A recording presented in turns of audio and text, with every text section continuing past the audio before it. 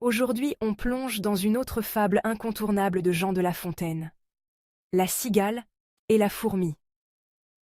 Cette histoire, tu la connais sûrement. C'est un classique sur le travail et la prévoyance. Mais si on regarde bien, La Fontaine ne voulait pas juste nous parler d'insectes. Cette fable, c'est une critique du style de vie insouciant Weissbosser, et elle résonne encore aujourd'hui, même dans la pop culture.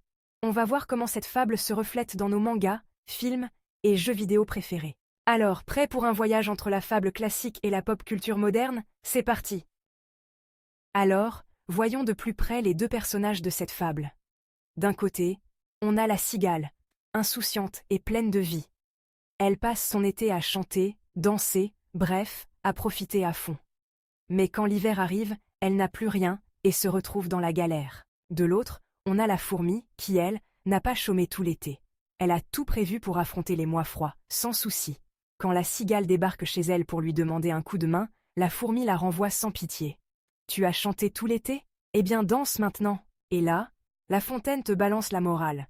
Sans prévoyance, les galères te rattrapent. Et le plus piquant, c'est que la fourmi ne laisse aucune chance à la cigale. La Fontaine montre qu'il faut parfois être strict et rigide pour avancer. Un petit retour en arrière pour comprendre pourquoi La Fontaine a écrit cette fable. On est au XVIIe siècle, et la société française est en pleine transformation. C'est l'époque où les nobles et les élites commencent à valoriser le travail acharné et l'épargne.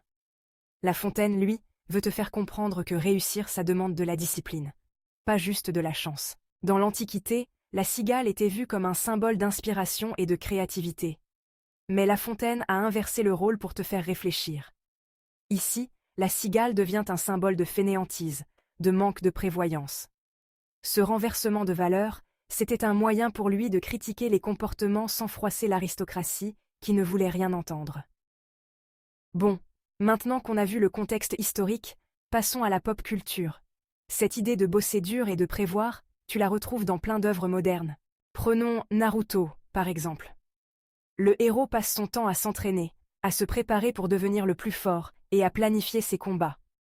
Contrairement à un personnage comme Kiba, un peu plus insouciant, Naruto incarne la persévérance et la prévoyance de la fourmi. Résultat, c'est lui qui finit par réussir. Autre exemple, My Hero Academia. Izuku Midoriya, ou Deku, est prêt à sacrifier son corps pour se préparer à devenir un grand héros. Il passe son temps à bosser, tout comme la fourmi. En face de lui, des personnages plus insouciants n'arrivent pas à la même maîtrise parce qu'ils ne préparent rien à l'avance. C'est un peu une leçon que les fans reconnaîtront. Regardons du côté des jeux vidéo.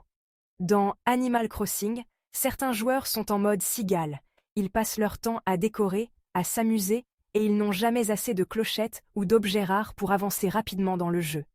Et puis, tu as les joueurs fourmis, qui optimisent surtout, préparent leurs plantations, stockent des ressources, et réussissent à développer leur île bien plus vite. Dans The Sims, c'est pareil. Tu peux jouer en mode cigale, à te balader, à tester des codes pour de l'argent infini, ou tu peux jouer sérieusement, bosser dur et planifier la carrière de ton sim. Ceux qui suivent le modèle de la fourmi voient leurs personnages réussir bien plus dans la vie virtuelle. Dans les films et les séries, on retrouve aussi cette idée. Dans Harry Potter, Hermione est l'incarnation de la fourmi. Elle révise, planifie, et ça la sauve à de multiples reprises. Ron, un peu plus en mode cigale, préfère s'amuser et ne prend pas toujours les choses au sérieux, ce qui le met parfois dans des situations délicates. Pourtant, Hermione ne le laisse jamais tomber, alors que dans la fable, la fourmi envoie clairement promener la cigale. Autre exemple, dans Zootopia, Judy Hopps est une fourmi déterminée. Elle travaille dur, elle se prépare et s'organise pour atteindre ses objectifs malgré les obstacles. Face à elle, des personnages comme Nick Wilde, qui est plus en mode cigale, choisit d'éviter les responsabilités et de profiter des petites magouilles. Mais au final, il est obligé de bosser dur pour s'en sortir. On retrouve cette dynamique aussi dans les films d'animation. Dans Ratatouille, Rémi, le rat, incarne la fourmi. Il passe tout son temps à s'entraîner, à affiner ses compétences culinaires pour atteindre son rêve. Son frère Émile, en revanche, préfère se goinfrer et ne pas se prendre la tête. C'est clairement la différence entre ceux qui bossent pour avancer et ceux qui laissent tout au hasard. Dans Kung Fu Panda, Po est au début un peu cigale, insouciant et sans grande ambition. Mais quand il commence à prendre ses responsabilités au sérieux, il se transforme en une vraie fourmi, et c'est là qu'il devient le Dragon Warrior. Alors, que ce soit dans les fables de La Fontaine ou dans la pop culture moderne, on retrouve cette leçon. Sans préparation et sans effort, les galères ne sont jamais loin. Que ce soit Hermione dans Harry Potter, Deku dans My Hero Academia ou Rémi dans Ratatouille, ces héros incarnent la fourmi, et c'est leur travail acharné qui les mène vers la réussite. Mais après tout, un peu d'insouciance ne fait pas de mal non plus, tant qu'on a un minimum de prévoyance. Alors dis-moi, tu es plutôt Team Cigale ou Team Fourmi? Dis-le-moi en commentaire. Si tu as aimé cette fable revisitée, n'oublie pas de liker, commenter et t'abonner pour plus de fables réinventées avec une touche moderne. À très vite sur La Fontaine réinventée pour une nouvelle vidéo.